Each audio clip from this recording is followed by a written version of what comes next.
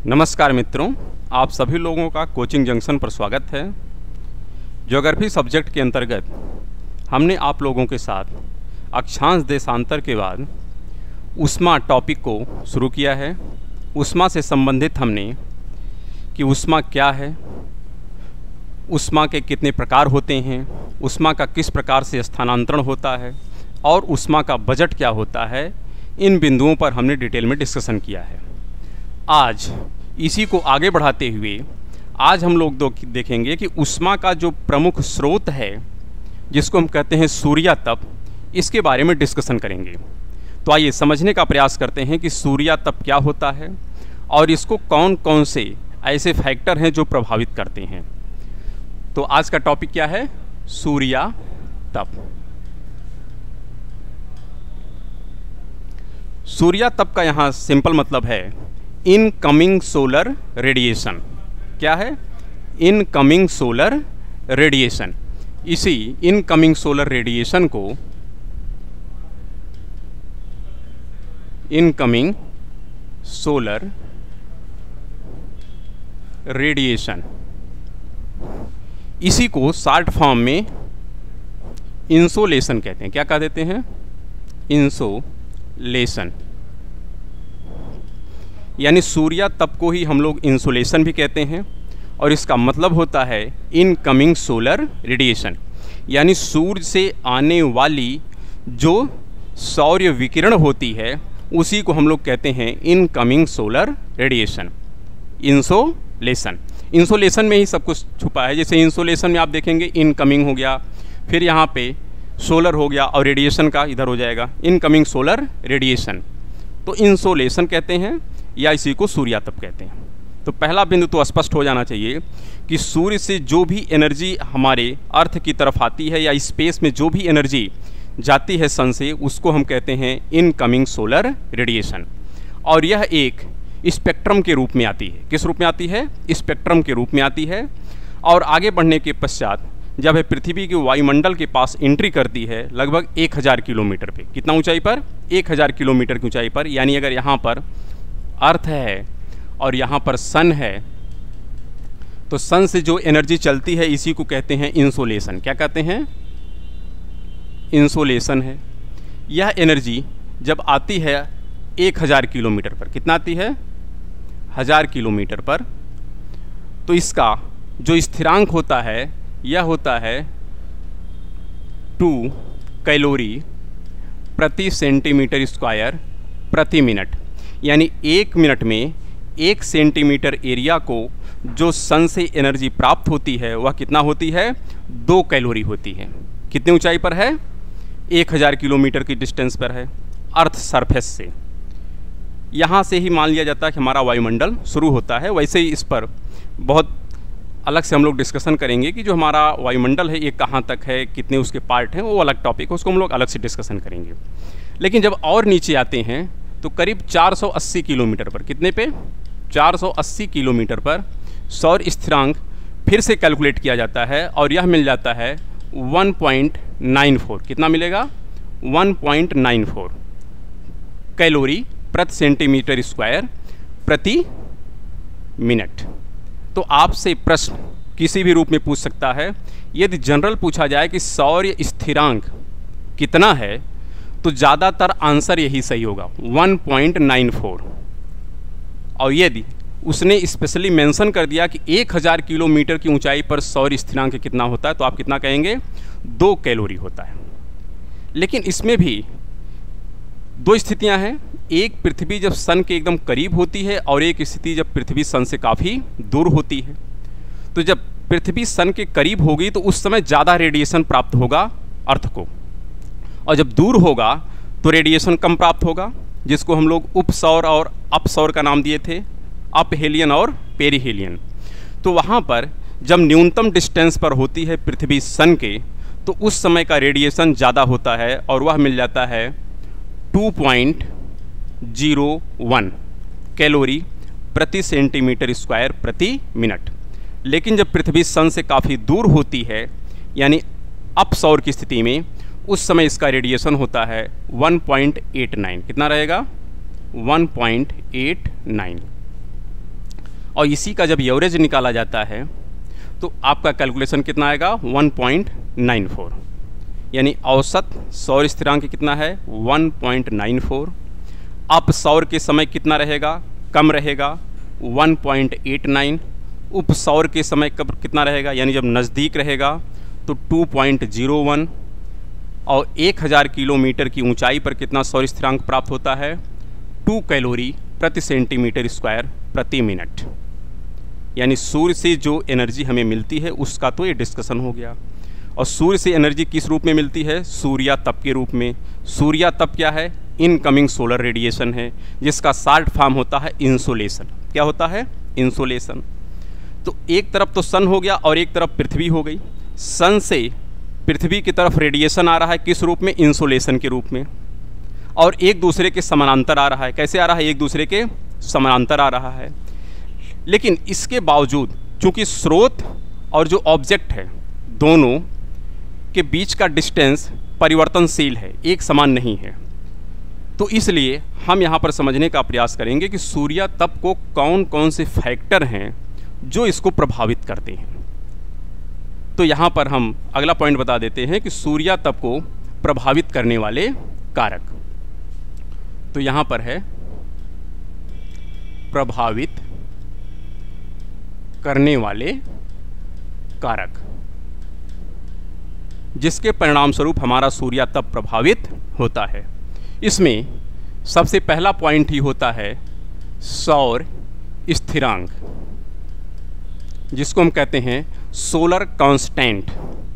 यह solar constant अभी हमने पीछे डिस्कस किया, उपसौर के समय क्या है, अपसौर के समय क्या है, 1000 किलोमीटर पर क्या है, और 480 किलोमीटर की डिस्टेंस पर कितना है। लेकिन यहाँ पर हम कितना लिखेंगे 1.94 कैलोरी प्रति सेंटीमीटर स्क्वायर प्रति मिनट। यानी 1 सेंटीमीटर स्क्वायर के रेंज में कितना एनर्जी मिलती है 1.94 कैलोरी 1 मिनट में। दूसरा फैक्टर यहाँ पर है पृथ्वी और सूर्य के मध्य की दूरी। पृथ्वी और सूर्य के मध्य की दूरी, इसके कारण भी पृथ्वी के प्रत्येक स्थान पर जो मिलने वाली एनर्जी है सूर्यातप के रूप में, यह बदल जाती है। हर स्थान पर एक समान सूर्यातप नहीं मिलता है। क्यों? क्योंकि पृथ्वी से सूर्य की दूरी लगातार बदलेगी। अभी इसके बारे में डिटेल में डिस्कशन हो जाएगा। अगला पॉइंट आता है आपतन कोण। क्या आता है? आपतन कोण। और चौथा पॉइंट रहेगा यहाँ पर दिन की अवधि। क्या है? दिन की अवधि। ये बेसिक 4 फैक्टर हैं जिसके माध्यम से सूर्य से आने वाली एनर्जी जो हमारे अर्थ और अर्थ के वायुमंडल को मिलती है, इसमें कुछ न कुछ परिवर्तन आपको देखने को मिलता है। सबसे पहला फैक्टर कौन है? सौर स्थिरांक। सौर स्थिरांक कितना है 1.94 कैलोरी प्रति सेंटीमीटर स्क्वायर प्रति मिनट। यह सौर स्थिरांक परिवर्तनशील है। नाम तो है स्थिरांक, कांस्टेंट है, सोलर कांस्टेंट, लेकिन वास्तव में कांस्टेंट है ही नहीं। अपने आप में भी क्या है, ये परिवर्तनशील है। और लगभग 11 वर्षों के अंतराल पर इसमें कुछ न कुछ परिवर्तन देखने को मिलता है, जिसको हम लोग आगे चल के देखेंगे सन स्पॉट का नाम देंगे। किसका नाम देंगे? सन स्पॉट, सौर्य धब्बा। और उसी का नाम रहेगा आगे सौर्य धब्बा चक्र। यानी 11 वर्षों के अंतराल पर सूर्य के अंदर होने वाली जो संलयन की प्रक्रिया है उसमें कुछ मात्रा में परिवर्तन होता है, लेकिन वह नगण्य है। क्या है? नगण्य है। फिर भी परिवर्तन तो होता है, लेकिन इतना परिवर्तन नहीं है कि उसका डायरेक्ट इम्पैक्ट हमारे अर्थ सरफेस या इसके वायुमंडल को प्राप्त हो। लेकिन फिर भी यह एक फैक्टर है जिसके कारण ऊष्मा जो हमें पृथ्वी को मिलती है इसमें कुछ न कुछ परिवर्तन होता है, लेकिन क्या है? नगण्य है। क्यों नगण्य है? क्योंकि सूर्य के अंदर होने वाली संलयन की प्रक्रिया में नॉमिनल परिवर्तन होता है, ज़्यादा परिवर्तन नहीं होता है। बाकी सन स्पॉट जो टॉपिक है उसको हम लोग जब एस्ट्रोनॉमी पढ़ेंगे तो देखेंगे कि सन स्पॉट हम किसे कहते हैं। इसका साइकिल होता है, वैसे 11 सालों में बढ़ता है 11 सालों तक, फिर 11 सालों तक घटता है। इस अनुसार आप देखेंगे तो 22 साल की एक साइकिल होती है। ठीक है, यानी ये भी कहीं न कहीं सूर्यातप को प्रभावित करता है। लेकिन बहुत नॉमिनल मात्रा में करता है। दूसरा यहाँ पर है पृथ्वी और सूरज के मध्य की दूरी, यह प्रभावित करता है। अगर पृथ्वी और सूरज के मध्य की दूरी ही सूर्यातप को निर्धारित करने वाला एकमात्र कारक होता, तो ऐसे में जब पृथ्वी सूरज के काफ़ी करीब होती है तो उस समय एनर्जी तो ज़्यादा मिल रही है पृथ्वी को, और यदि एनर्जी ज़्यादा मिलेगी तो उस समय पृथ्वी के प्रत्येक स्थान का जो हीट है वह ज़्यादा प्राप्त होनी चाहिए थी। और उपसौर की स्थिति आपने देखा है कब यहाँ मिल रही थी हम लोगों को? जनवरी में मिल रही थी। कब मिल रही थी? जनवरी में, क्योंकि इसके पीछे हम लोग डिस्कशन किए थे जब अक्षांश देशांतर पढ़ रहे थे, तो वहाँ पे हमने बताया है कि उपसौर की स्थिति क्या है। यानी पृथ्वी जब सूरज के काफ़ी करीब होती, यहाँ पे हम एक छोटा सा इमेज फिर से बना दे रहे हैं। यहाँ पर सन है, यहाँ पर अर्थ है। यहाँ पर अगर न्यूनतम डिस्टेंस है, क्या है? न्यूनतम, और यहाँ पर मैक्सिमम है, तो यहाँ पर एनर्जी ज़्यादा मिलेगी। और यदि एनर्जी ज़्यादा मिलेगी तो पृथ्वी के हर स्थान का तापमान ज़्यादा होना चाहिए था। लेकिन आप देखते हैं कि जनवरी के समय हम लोगों के यहाँ ठंडक पड़ती है, और जब अधिकतम दूरी पर होता है जुलाई में, तो उस समय हम लोगों को कम एनर्जी मिलनी चाहिए, लेकिन उस समय हम लोगों को एनर्जी ज़्यादा मिलती है। यानी हम लोगों के यहाँ उत्तरी गोलार्ध में आप देखते हैं कि जनवरी में ठंडक पड़ती है, जबकि पृथ्वी सूरज के काफ़ी करीब होती है। और जुलाई में जब पृथ्वी सूरज से काफ़ी दूर होती है तो हम लोगों के यहाँ गर्मी पड़ती है। इसका मतलब ये निकला कि सूर्यातप को प्रभावित करने वाला एकमात्र कारक पृथ्वी और सूरज के मध्य की दूरी ही नहीं है। इसके अलावा कोई और भी फैक्टर है जो इसको प्रभावित करता है। यह तो प्रभावित करता है, इसमें कोई डाउट नहीं है, प्रभावित करता है। तभी तो उपसौर के समय टोटल एनर्जी जो हमें मिल रही है 2.01 मिलती है, और अपसौर के समय 1.89 मिलती है। ये इम्पैक्ट तो है, लेकिन इसका प्रभाव पूरे पृथ्वी पर देखने को नहीं मिलता है। इसका मतलब अगला फैक्टर कहीं न कहीं उत्तरदायी हो जाता है, जिसके कारण सूर्यातप प्रभावित होता है। और अगला फैक्टर क्या है? आपतन कोण। आपतन कोण मोस्ट इम्पॉर्टेंट टॉपिक है। वैसे अपने आप में एक अलग टॉपिक ही है, लेकिन फिर भी हम लोग इसी टॉपिक के अंतर्गत इस पर डिस्कशन करेंगे कि आपतन कोण क्या है और यह किस प्रकार से सूर्यातप को प्रभावित करता है। तो इसलिए अब आपतन कोण को समझने के लिए हम अलग से देख लेते हैं कि आपतन कोण किसे कहते हैं। यहाँ पर अगर हम मान लेते हैं कि ये हमारी अर्थ है और ये हमारा सन है, सन से एनर्जी आती है, तो ये एक दूसरे के पैरेलल होती है। कैसे रहेगी? पैरेलल होती है। क्यों? क्योंकि जो आपका सोर्स है यह इनफाइनाइट डिस्टेंस पर है, और इनफाइनाइट से कोई भी रेडिएशन आती है तो एक दूसरे के पैरेलल हो जाती है। यहाँ पर अर्थ के सरफेस, क्या? अर्थ के सरफेस और इनकमिंग सोलर रेडिएशन के बीच का जो कोण बनता है उसे हम क्या कहते हैं? उसी को हम कहते हैं आपतन कोण। क्या कहते हैं? आपतन कोण, एंगल ऑफ इंसिडेंट। तो यहाँ पर आपतन कोण कितना है? 90 डिग्री। कितना है? 90 डिग्री। लेकिन जैसे जैसे आप पोल की तरफ जाते हैं, किधर जाते हैं? पोल की तरफ, चाहे साउथ जाएं या नॉर्थ जाएं, यहाँ से आप चाहे साउथ की तरफ जाएं या नॉर्थ की तरफ, तो आप देखेंगे अर्थ का सरफेस और इनकमिंग सोलर रेडिएशन के बीच का एंगल बदल रहा है। क्या हो रहा है? बदल रहा है। और यह कम होते होते यहाँ पर कितना रहेगा? 90 डिग्री मैक्सिमम। तो आपतन कोण मैक्सिमम कहाँ पे रहेगा?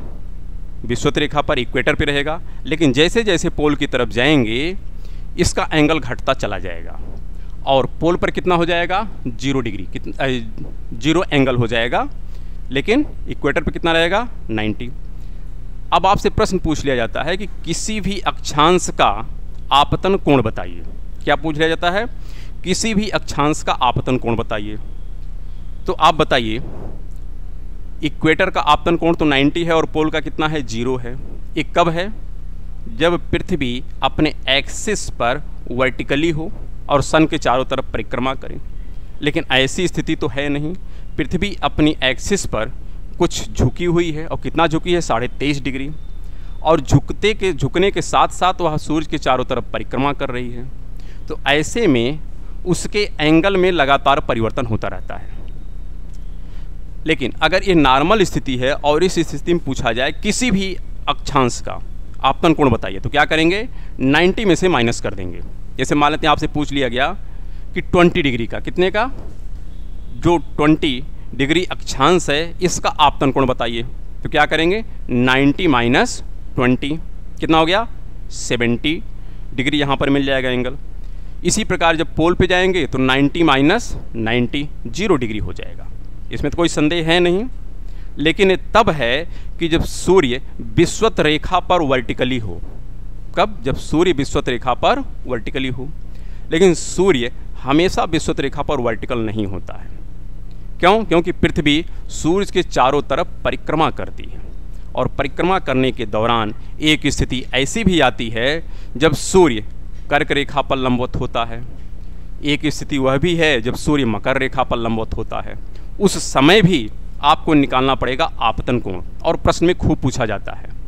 पूछ लिया जाएगा कि मकर संक्रांति के समय कर्क रेखा का आपतन कोण बताइए। क्या पूछ लिया गया, मकर संक्रांति के समय कर्क रेखा का आपतन कोण बताइए। तो मकर संक्रांति का संबंध है कि सूर्य कहाँ पर लंबवत है, मकर रेखा पर लंबवत है। यदि सूर्य 23.5 डिग्री साउथ पर है, सन अगर यहाँ पर वर्टिकली है तो इसका एंगल अब 90 होगा, क्योंकि सन जहाँ पर वर्टिकल होगा वहीं पे 90 डिग्री मिलेगा। तो मकर संक्रांति के समय सूर्य कहाँ पर वर्टिकल है, मकर रेखा पर, और यदि मकर रेखा पर वर्टिकल है तो मकर रेखा का एंगल क्या होगा, 90 डिग्री। और आपसे प्रश्न क्या पूछ रहा है कि कर्क रेखा का आपतन कोण बताइए। किसका आपतन कोण बताना है, कर्क रेखा का, यानी 23.5 डिग्री नॉर्थ का बताना है। और सन कहाँ पर है, साउथ में है। तो ऐसे में क्या करेंगे, हमने सिंपल कहा 90 में से घटा दो जितना एंगल मिल रहा है। तो यदि यह 90 डिग्री मिला, यहाँ से अब इसके बारे में पूछ रहा है, तो यहाँ से देखो कितने डिग्री का अंतर है, देखना पड़ेगा। तो कितने डिग्री का अंतर है, 23.5 इधर है, 23.5 इधर है, टोटल 47 डिग्री का अंतर आ गया। जहाँ पर वर्टिकली है और जहाँ पूछा गया, दोनों के बीच का कितना अंतर हो गया, 47 डिग्री। तो हमने सिंपल कहा कि 90 में से जो उसका डिग्री है उसको घटा दीजिए। तो 90 में से 47 क्या करो, घटा दो। तो इसका जो एंगल मिल जाएगा 90 माइनस 47, तो घटा के देख लो कितना आएगा, 43 डिग्री आएगा। यानी मकर संक्रांति के समय कर्क रेखा का आपतन कोण कितना हो जाएगा, 43 डिग्री हो जाएगा। यहाँ पर एंगल मिलेगा। हो सकता है इसी समय आपसे पूछ ले कि कर्क संक्रांति के समय, कर्क संक्रांति यानी सूर्य कहाँ पर लंबवत है, कर्क रेखा पर।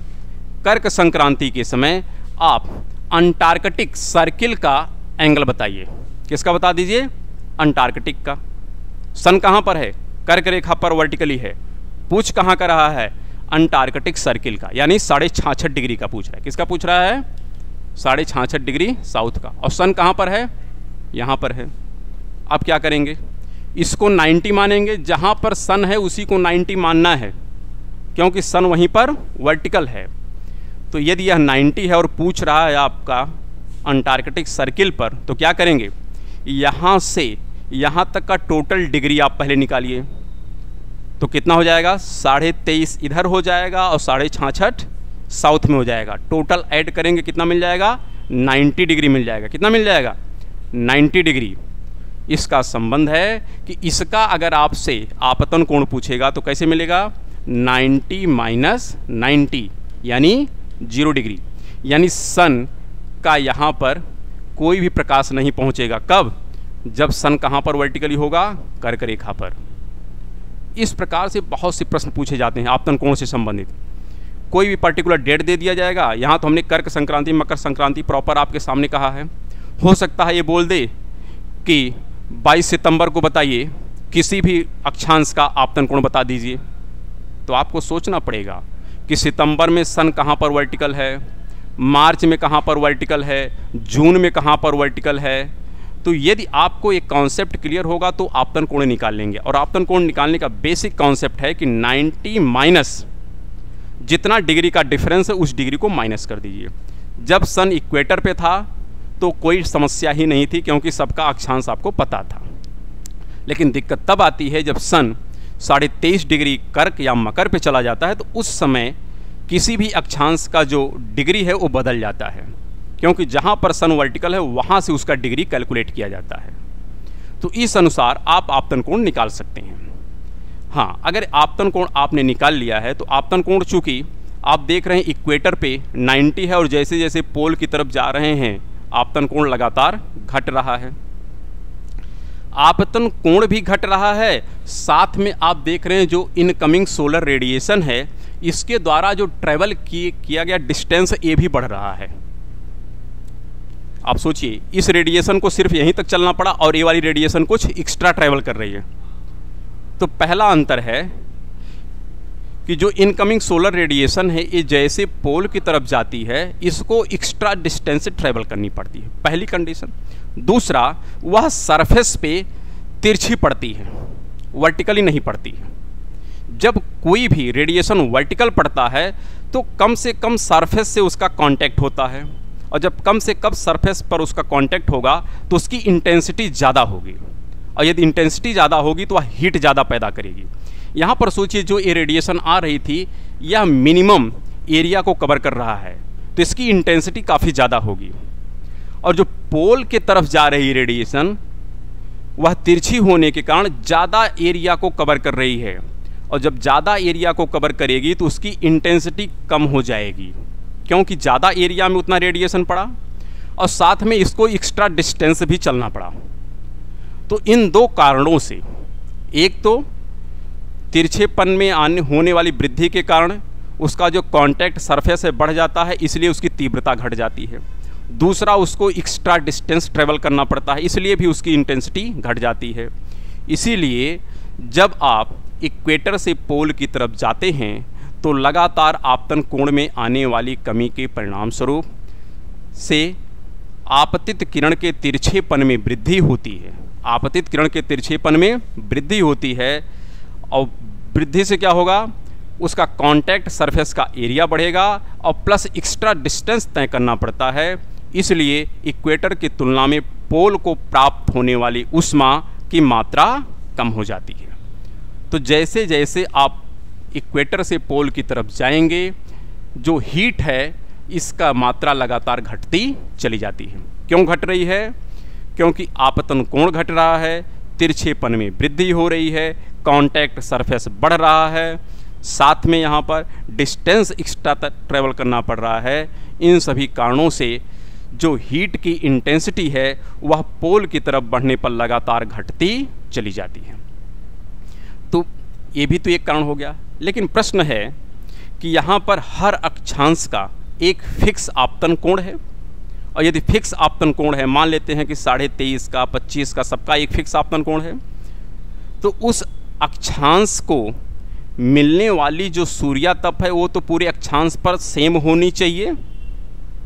भाई सेम होनी चाहिए ना, जब आपतन कोण सेम है तो उस पर प्राप्त होने वाली ऊष्मा भी सेम होनी चाहिए, और यदि ऊष्मा सेम हुई तो टेम्परेचर भी सेम होना चाहिए, और यदि टेम्परेचर सेम हो गया तो जो आइसोथर्मल लाइन है वो अक्षांश रेखा के समानांतर हो जानी चाहिए थी।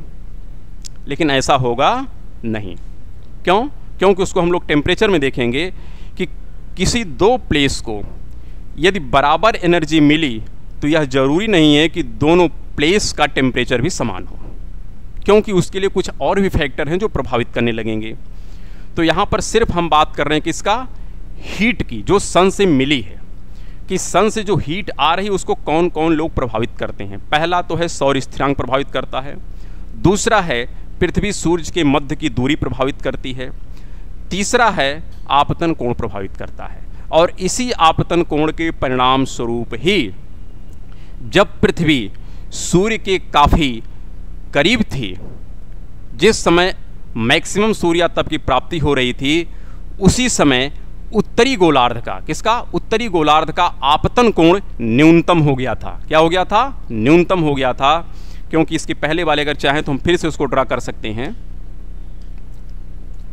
क्योंकि हमने आपसे कहा था कि ये अगर एक इलिप्टिकल शेप में पृथ्वी मूव कर रही है और यहाँ पर सन है, यहाँ पर अर्थ है, और इस समय यदि आप आपतन कोण निकालेंगे तो देखेंगे साउथ का जो आपतन कोण है ये ज़्यादा रहेगा, लेकिन नॉर्थ का आपतन कोण क्या हो जाएगा, लगातार कम होता चला जाता है।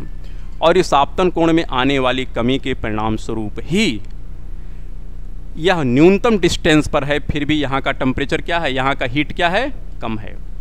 क्यों? क्योंकि आपतन कोण का मान क्या हो रहा है, यहाँ पर कम हो रहा है। और यदि आपतन कोण घट गया तो न्यूनतम डिस्टेंस पर होने के बावजूद भी इसको कम एनर्जी प्राप्त होगी। और सेम यहाँ पर भी कंडीशन वही है कि आप देख रहे हैं यह पृथ्वी से काफ़ी, सन से काफ़ी दूर पर पृथ्वी है, लेकिन फिर भी यहाँ पर गर्मी है। क्यों गर्मी है?